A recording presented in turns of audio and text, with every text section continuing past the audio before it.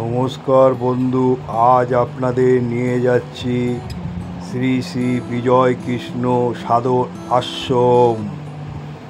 এই আশ্রম গড়ে উঠেছে নরেন্দ্রপুর সোনারপুর রোড, কামালগাছি, কলকাতা ৭,১০৩। শ্রীমৎ পরমানন্দ সরস্বতী মহারাজের অন্যান্য সৃষ্টি শ্রী শ্রী বিজয় কৃষ্ণ সাধন আশ্রম যুগ যুগান্তর ধরে সনাতন ধর্ম ও মনুষ্যত্ব পালক ও ঋষি মুনি ভক্ত ও কর্মীদের সাধন সমন্বয় তীর্থ ভারতবর্ষের সুমহান ঐতিহ্যের ভিত্তিভূমির ওপর শ্রীমান মহাপ্রভুর শ্রীকৃষ্ণ চৈতন্য। এখানে এমনি হয় না, ভোগের ব্যবস্থা আছে, তবে আগে জানাতে হবে। হ্যাঁ, আগে জানিয়ে আসতে হবে। নাহলে আমাদের লিমিটেড। হ্যাঁ, বুঝেছি। হ্যাঁ, জানিয়ে ফোন করে আসতে হবে। বৈষ্ণব কেশরী প্রভু নিত্যানন্দ, শ্রীমদ অদ্বৈত প্রভু শ্রী রামকৃষ্ণ পরমহংস ও প্রভুপাদ শ্রী শ্রী বিজয় কৃষ্ণ গোস্বামী যে পারমার্থিক ও সংস্কৃতি ভাব সৌধ নির্মাণ করে গেছেন, শ্রীমৎ পরমানন্দ সরস্বতী মহারাজ সেই ভাব সৌধ রূপ দেবালয়ের অন্য সাধননিষ্ঠ পুরোহিত। শ্রী শ্রী বিজয় কৃষ্ণ সাধন আশ্রম অমৃত পথের দিশারি। সেই ভাবলোকে তিনি তার আত্মরক্ষাকে মহাবিস্তর করেছেন দিব্য জ্যোতির্ময় ছটার প্রজ্ঞায়। সেই চিন্ময় সৌধ নির্মাণে আশ্রমের প্রাণপুরুষ শ্রী শ্রী বিজয় কৃষ্ণ গোস্বামী ও শক্তি স্বরূপা মাতা যোগমায়া এবং শ্রী শ্রী নামব্রহ্মদেব এখানে নিত্য পূজিত হয়ে থাকেন। মানুষ পাবে আত্মার অন্নজল, দিব্য ও জীবনের খোঁজ এবং চিন্ময় আনন্দের স্পর্শ। এই বৃহৎ প্রকল্পে এক সুমহান রূপকল্প শ্রী শ্রী বিজয় কৃষ্ণ সাধন আশ্রম। নমস্কার বন্ধু, আজ আপনাদের টালিগঞ্জ ফাঁড়ি হইতে SD5-এ করে নিয়ে যাচ্ছি। প্রথমে নিয়ে যাব আপনাদের কামালগাছি। সেইখানে গড়ে উঠেছে বিজয় কৃষ্ণ সাধন আশ্রম। সেই আশ্রমে নিয়ে যাব, এই SD5-এ করে নিয়ে যাচ্ছি আপনাদের। আজ আমার গন্তব্যস্থল হচ্ছে বিজয় কৃষ্ণ সাধন আশ্রম, যেটা গড়ে উঠেছে সোনারপুরে, নরেন্দ্রপুরের অন্তর্গত। এই দেখুন, এটা হলো প্রিন্স আনোয়ার শাহ রোড। এইবারে আমি যাব টালিগঞ্জে, যেখানে metro station Uttam Kumar station বলা হয়। সেইখান থেকে বাস ঘুরে যাবে, আর এখানে উত্তম কুমারের একটা মূর্তি গড়ে উঠেছে। সেই বাঁদিক দিয়ে ঘুরে যাবে NS বোস রোড। সেই রোড হয়ে গড়িয়া হয়ে আপনাদের নিয়ে যাব। আজ নিয়ে যাব ডাইরেক্ট বাসে করেই আমি চলে যাচ্ছি কামালগাছি শ্রী শ্রী বিজয় কৃষ্ণ সাধন আশ্রম। এই হলো গড়িয়া মোড়। এইখান থেকে আবার বাস ঘুরে গেল নরেন্দ্রপুর উদ্দেশ্যে, কামালগাছির উদ্দেশ্যে। এইখান থেকেই হলো কামালগাছি মোড়। এইখান থেকে নিয়ে যাব আপনাদের। হলো কামালগাছি মোড়। এইখানে এসে আপনাদের নেমে যেতে হবে, নেমে এইখান থেকে নিয়ে যাব। আজকে মোড় থেকে নেবে এই সোজা চলে যেতে হবে। এই অটো স্ট্যান্ড আছে, সামনে যাবে, কামালগাছি মোড় থেকে নেবে। SD5ও আসছে, তা দিয়ে যেতে হবে এইভাবে।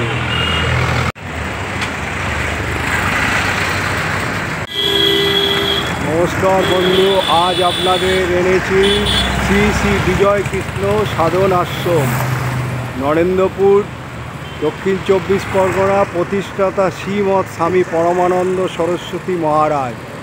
এই হলো মূল তোরণ। দেখুন কত সুন্দরভাবে এই তোরণ গড়ে উঠেছে। স্বাগতম করছে, চলুন নিয়ে যায় বিজয় কৃষ্ণ সাধন আশ্রমে। এ হলো বিজয় কৃষ্ণ সাধন আশ্রমের মূল তোরণ। এবারে ভেতরে ঢুকে গেলাম, ঢুকে গিয়ে আপনাদের এই আশ্রম দর্শন করাবো আজ। এই সাধন আশ্রম, এখানে একটা ছোট্ট তালাব আছে, পুকুর, জলাশয় আর গাছগাছালিতে ঘেরা। কত সুন্দরভাবে গড়ে উঠেছে এই আশ্রম। কামালগাছি, কলকাতার বুকে।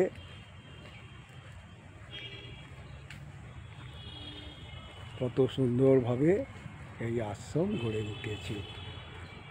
এই মন্দির চূড়াবিশিষ্ট মন্দির, কত সুন্দরভাবে গড়ে উঠেছে। আর এই মন্দির দেখুন কত সুন্দরভাবে তুলেছে, আটচালা বিশিষ্ট। আর হচ্ছে ওপরে গম্বুজের ওপরে বিষ্ণু চূড়া দিয়ে এই মন্দির গড়ে তুলেছে কত সুন্দরভাবে। তারপরে ধাপে ধাপে চূড়া বিশিষ্ট মধ্যিখানে এইভাবে গড়ে তুলে। আর কত সুন্দরভাবে এই আশ্রমে আপনারা যদি আসেন, শহরের কোলাহলের মধ্যে আশ্রমে ঢুকে এত শ্রান্ত স্নিগ্ধ মনে হবে যেন শহরের বাইরে চলে এসেছি। অথচ কলকাতার মধ্যেই গড়ে উঠেছে। সোনারপুর স্টেশন থেকে 15 টাকা অটো ভাড়া করেও আপনার এই আশ্রমে। আর এই হলো অরুণ স্তম্ভ, এখানে বাণী উল্লেখ করা আছে। অপেক্ষায় ভগবানকে লাভের সহজ উপায় নেই, সেবা বন্দনা ও অধীনতা হইয়াই সকলকে সাধন হইতেই শ্রেষ্ঠ সহজ। এতেই ভগবানের প্রতি মহাভাব এনে দেয়। এই বাণী দীনতা, এখানে হচ্ছে দীনতাকে ফুটিয়ে তুলেছে। হচ্ছে নাম, মানে শ্বাসে প্রশ্বাসে এই নামই সাধন, যথার্থ সাধন। ইহাতে কামদি সমস্ত রিপুর বিনাশ হইবে, হলো নাম। এই যে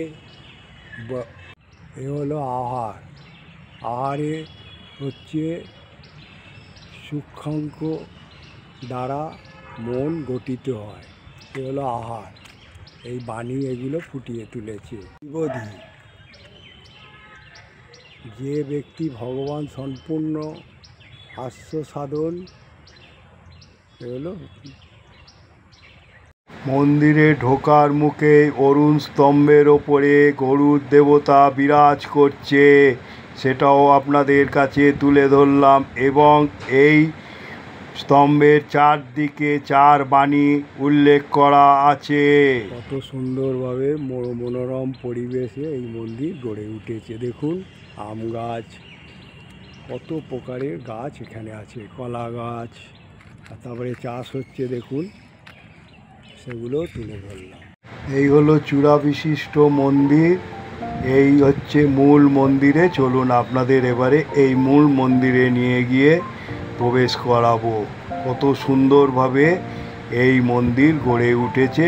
আর অরুণ স্তম্ভের ওপরে গরুরাজ। আর এই হলো মন্দিরের মূল, মন্দিরে প্রবেশ করালাম আপনাদের।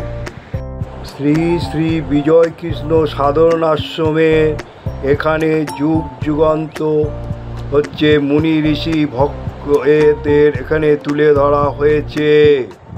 এই সাধন আশ্রমে ঈশ্বরের দূত ও বিজ্ঞজনের নিকট দুর্গীয়, যার চিত্তে কৃষ্ণ প্রেমা করে উদয়। এই আশ্রমের হচ্ছে গ্রন্থ বিভাগ, সেটাও আপনাদের কাছে তুলে ধরলাম। তার বাক্য ক্রিয়া মুদ্রা বিজ্ঞে না বোঝায়, সেই ক্ষেত্রে নবরূপে অবতীর্ণ ঈশ্বরকে চেনা ও সাধারণ মানুষের পক্ষে অসম্ভব। কোনো মানবীয় বুদ্ধি দ্বারা তাকে জানা যায় না। তিনি নিত্যযুক্ত, তিনি জানেন। এক অচিন্ত পুরুষ বিজয় কৃষ্ণ, তিনি সাধু নন, সাধ্য ও সাধুর সাধনার ধন। কর্মে জ্ঞানে প্রেমে দয়া। আশ্রমের প্রাণপুরুষ শ্রী শ্রী বিজয় কৃষ্ণ গোস্বামী আর শক্তি স্বরূপা মাতা যোগুমায়া ও শ্রী শ্রী নাম ব্রহ্মদেব এখানে নিত্য পূজিত হয়ে থাকেন। মানুষ পাবে আত্মার অন্নজল, দিব্য জীবনের খোঁজ এবং চিন্ময় আনন্দের স্পর্শ। এই বৃহৎ সংকল্পের এক সুমহান রূপকল্প শ্রী শ্রী বিজয় কৃষ্ণ সাধন আশ্রম। এই মন্দিরে দেখুন রামকৃষ্ণ দেব, তারপরে হচ্ছে মা শারদা, এখানে প্রত্যেককে ফুটিয়ে তোলা হয়েছে। রাম ঠাকুর, প্রত্যেককে এখানে ফুটিয়ে তোলা হয়েছে। কত সুন্দরভাবে এই মন্দিরে তুলে ধরা হয়েছে। এখানে এলে মুগ্ধ হয়ে যাবেন। এই মূল মন্দিরে ঢুকে প্রার্থনা করবেন, সময় কাটাবেন। কত সুন্দরভাবে এই আশ্রম গড়ে উঠেছে। আপনারা আসবেন এখানে। সাধন আশ্রম, সাধনালয়, বিজয় কৃষ্ণ, শ্রী শ্রী বিজয় কৃষ্ণ সাধন আশ্রম। ও দানে তিনি অতুলনীয়। যখন তিনি ব্রহ্ম ধর্মের প্রচারক, তখন তিনি ছিলেন সমগ্র সকলের প্রধান, অদম্য এবং অক্লান্ত কর্মী। কখনো অঞ্জলি ভরে জল পান করে, কখনো কাদামাটি, কখনো শুধু গাঁদা ফুল ভাজা খেয়ে তার দিন কেটেছে। তিনি জ্ঞানী ছিলেন, কালো অপেক্ষা বিত্ত ও হচ্ছে সর্বজ্ঞ ও সর্বতত্ত্বজ্ঞ এক উজ্জ্বল শাস্ত্রমূর্তি। তিনি বলেছেন, সমস্ত শাস্ত্র আমার নিকট পাখির ঝাঁকের মতো প্রকাশিত হয়। আমার সাথে কথা বলে শ্রী শ্রী বিজয় কৃষ্ণ বলেছিলেন, আমি যে বস্ত্র দিলাম মাথাকুটেও আরও কোথাও পাবে না। জগতে যত রকম সাধন প্রণালী প্রবর্তিত আছে, তাতে যা কিছু লাভ হয় তার সমস্ত এই সাধন দ্বারাই লাভ হবে। উপরন্তু প্রেম ভক্তিও লাভ হবে। তিনি এই উপদেশ দিয়েছিলেন। এখানে হচ্ছে অহিংসা দান, প্রত্যেকটা বাণী এখানে ফুটিয়ে তোলা হয়েছে। এই আশ্রম মুগ্ধ করে। গাছগাছালি ভর্তি আর মনোরম পরিবেশে শহরের কোলাহলের মধ্যেই গড়ে উঠেছে। অপেক্ষা শ্রেষ্ঠই ধর্ম, মিথ্যা অপেক্ষা বড় পাপ নাই। কত সুন্দরভাবে এই আশ্রম গড়ে উঠেছে। কত গাছগাছালি। এখানে হচ্ছে পরনিন্দা পরিত্যাগ করিতে হইবে, সেগুলো তুলে ধরেছে এই আশ্রমে। কত সুন্দরভাবে এই আশ্রম গড়ে উঠেছে। এখানে হচ্ছে সংসারী লোকের মাঝে মাঝে তীর্থ পর্যটক ও সৎসঙ্গ, আশ্রমবাস ইত্যাদি প্রয়োজন আছে, সেগুলো তুলে ধরেছে প্রত্যেকটা জায়গায়। আর গাছগাছালি আছে, আর হচ্ছে কত সুন্দরভাবে গড়ে উঠেছে এই আশ্রম। ঠাকুর শ্রীমৎ পরমানন্দ সরস্বতী মহারাজের ভোজন কুটি। থাকতে পারে, তাও ইয়ের সঙ্গে করবে না, আমাদের কার সঙ্গে? সেবায়তের সঙ্গে কথা বলবে। শ্রীমৎ স্বামী পরমানন্দ সরস্বতী মহারাজের ভোজন কুটি। এখানে এমনি হয় না, ভোগের ব্যবস্থা আছে, তবে আগে জানাতে হবে। হ্যাঁ, আগে জানিয়ে আসতে হবে। জানিয়ে আসতে হবে, হ্যাঁ, নাহলে আমাদের লিমিটেড। হ্যাঁ হ্যাঁ, বুঝেছি। হ্যাঁ হ্যাঁ হ্যাঁ, জানিয়ে ফোন করে আসতে হবে। পরমানন্দ স্বামীর ভোজন কুটিরে এনেছি এখন। কত সুন্দরভাবে গড়ে উঠেছে দেখুন এই ভোজন কুটির পরমানন্দ স্বামী। আর এখানে তুলসী মঞ্চ আছে একটা, কত সুন্দরভাবে গড়ে উঠেছে। আর গাছগাছালি দেখুন। আশ্রমে এলে মন ভরে যাবে। আপনারা আসবেন ফোন করে, খুব সুন্দর লাগবে। শ্রী শ্রী পরমানন্দ সরস্বতী জন্ম 1322, 30শে আষাঢ় শুক্লা তিথিতে বৃহস্পতিবার সকাল 8টা 16 গৌহাটি শহরের শ্রীহট্টের ইন্দোরেশ্বর এ পরগনার চাঁদভাগ গ্রামে আদি নিবাস। আর এই ভোজন কুটিরে বাতাবি লেবুর বৃক্ষ। শ্রী শ্রী ঠাকুরজিকে সকালবেলা পূজিত হয়েছে, সেটাও আপনাদের কাছে তুলে ধরলাম। বলছে এই স্থানে শ্রী শ্রী ঠাকুরজির সময় একটি জাম গাছ ছিল। ঠাকুরটি ভগবান শ্রী শ্রী পরমানন্দ সরস্বতী মহারাজ তার অমূল্য বাণী ভক্তদের মধ্যে এখানে বিতরণ করেছেন। এই স্থানে একটা জাম গাছ ছিল। শ্রী শ্রী ঠাকুরজির ব্যবহৃত স্নানঘাট। শ্রী শ্রী ঠাকুরজির ব্যবহৃত রান্নাঘর। এই হলো রান্নাঘর। ঠিক এই বাতাবি লেবুর পাশেই রান্নাঘর ঠাকুরজি, স্নানঘর ঠাকুরজি ব্যবহৃত। পুণ্যভূমি হচ্ছে শ্রীহট্ট। শ্রীমৎ পরমানন্দ সরস্বতীর আদি নিবাস এই স্থান ছিল। পিতা নদিয়ার বিহারী দাস একজন শিক্ষাবিদ, আসামের ইন্সপেক্টর অব স্কুলে ছিলেন ও মহত্বের জন্য লোকে তাকে নদিয়ার সাধু বলতো। মন্দিরের পেছন সাইড থেকে তুলে ধরছি, দেখুন কত সুন্দর চূড়া বিশিষ্ট মন্দির। এই চূড়া বিশিষ্ট মন্দির দেখে মুগ্ধ হয়ে যাবেন। আর এখানকার মনোরম পরিবেশ। এই আশ্রমের হচ্ছে হাত ধোয়ার জায়গা, আর এ হলো ভোগ ঘর, প্রসাদ ঘর, কক্ষ, সেটাও আপনাদের কাছে তুলে ধরলাম। কত সুন্দর পরিষ্কার পরিচ্ছন্ন এই আশ্রম। আর এই হচ্ছে আশ্রমের ভোগ ঘরে ঢোকার গেট, সেটাও আপনাদের কাছে তুলে ধরলাম। কত সুন্দরভাবে এই আশ্রম গড়ে উঠেছে, কত সুন্দর, দেখুন মুগ্ধ হয়ে যাবে। আশ্রমের প্রত্যেকটা জায়গায় বাণী তুলে ধরা হয়েছে। দেখুন কত সুন্দরভাবে এই আশ্রম গড়ে উঠেছে।